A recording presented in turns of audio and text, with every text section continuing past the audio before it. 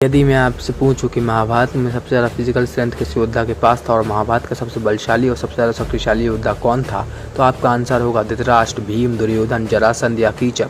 लेकिन क्या आप जानते हैं एक योद्धा और भी था जो इन सभी योद्धाओं से ज़्यादा शक्तिशाली था।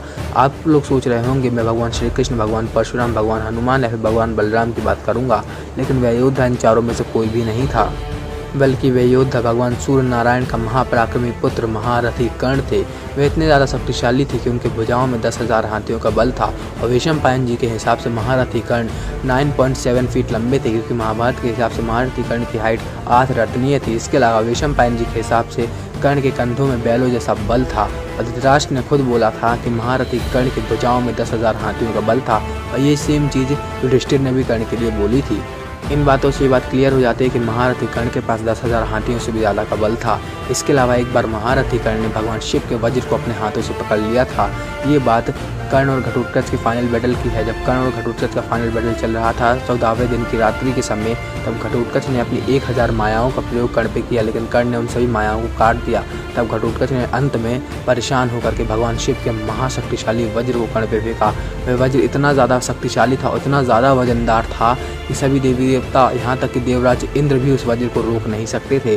लेकिन महारथी कर्ण ने रथ से आगे कूद करके उस महाबली वज्र और महावजनदार वज्र को अपने खाली हाथों से पकड़ लिया और वापस घटोत्कच से फेंक दिया।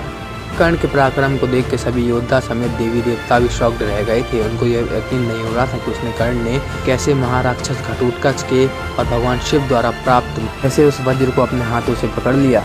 इसके अलावा एक बार महारथी कर्ण ने जरासंध को युद्ध में पराजित किया था। जरासंध वो था जिसको हराने के लिए भीम को भी 14 दिन लगे थे और अंत में भगवान श्री कृष्ण जी की मदद लेनी पड़ी थी।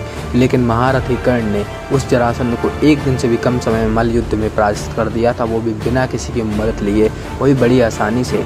इसके अलावा एक बार महारथी कर्ण ने पूरी धरती को 4 अंगुल तक ऊपर उठा दिया था।